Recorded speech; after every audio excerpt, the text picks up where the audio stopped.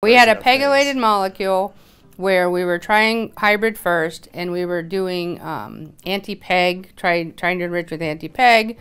The problem with PEG in a mass spec is it can gum it up and it sticks around a lot. So if you try to pull down, usually you pull down one side, you detect the other. So if you pull on this side and you detect the PEG, it may work, but it wasn't ideal. So we went with trying to do this and detect that, but we just kept getting interferences and sensitivity wasn't great, and so then we knocked down the hall and said, hey, can you guys try this? There's a whole suite of kits available for PEG detection, as well as definitely a lot of commercially available antibodies, a lot of advancement in that in the last, say, 5 to 10 years, that it's pretty easy for us to do a ligand binding assay for a pegylated drug.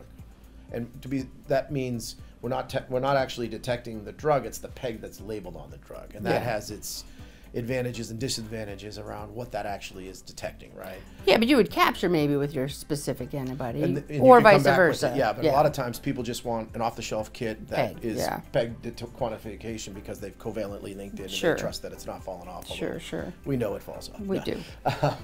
And then on the scenario for when we went from LBA to hybrid is, there's a couple there. Yeah. So one of the ones that that I like to highlight is, there was a molecule, it had gone by LBA, it kind of originally was working, in a standard it was working, and then they went into samples and all of a sudden the assay wasn't behaving. It was like, well, what's happening? Why is this not working? And so they tried a few things, and then they kind of hypothesized maybe it's a stability problem, we're not sure. So then they gave it to us and we tried it, and again, in this case, there's an antibody that's going to grab the molecule, but for the LBA assay, there was an antibody detecting this side and an antibody detecting this side. And what happened in this case is part of the molecule was falling off so that they couldn't get the two molecules together to come in. And so what we could do by mass spec, and again, this would only work if the capture step was working. If the capture step was the part that fell off, we wouldn't have got it by hybrid either. Doesn't matter, though. But we grabbed the C terminus, and then we followed 3 different peptides that were representative of kind of the N-terminal region, something in the middle, and something on the C terminus. And what we found is we could get 3 peptides. We had a triplex single assay that had all 3 in one.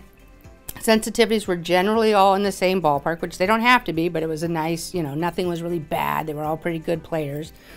And then we ran some actual samples, and we could show, let's say 5 minutes in, all 3 peptides were, good amounts. And like 2 hours in, the first peptide was gone. And the second 2 peptides were there. And then, a day in or whatever it was, the same. These were gone and these 2 were there. And then eventually these 2 fell off as a PK curve would. And it showed that, we were losing that N-terminal piece. Now the other piece that was a little bit puzzling at the time when their assay wasn't working. Made it puzzling. I hope that the audience is following some of that. It's really challenging to do some but of the that efficacy was efficacy was still good. Yeah. So they were still getting the result they needed because the N-terminus wasn't needed for efficacy.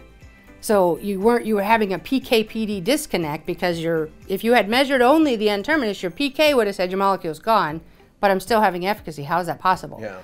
So we could very easily follow all pieces and say, oh, it's because this fell off and these are still there and this is what's giving your efficacy. So it explained the data, it made sense, it allowed us a path forward. Yeah. This happens probably all too often. Yeah. And she just described something in, 2 minutes that took 6 months to kind of discover. So just to put it in perspective, it was really a lot that is in there, and that's yet another powerful tool of the hybrid mass spec. You can do a lot of that by ligand binding assay, but it's a heavy investment in those reagents. Where it's a little easier for you to kind of map. I can just pick whatever I want. Yeah, by the digestion piece, where we don't, LBA, we don't digest anything. Right.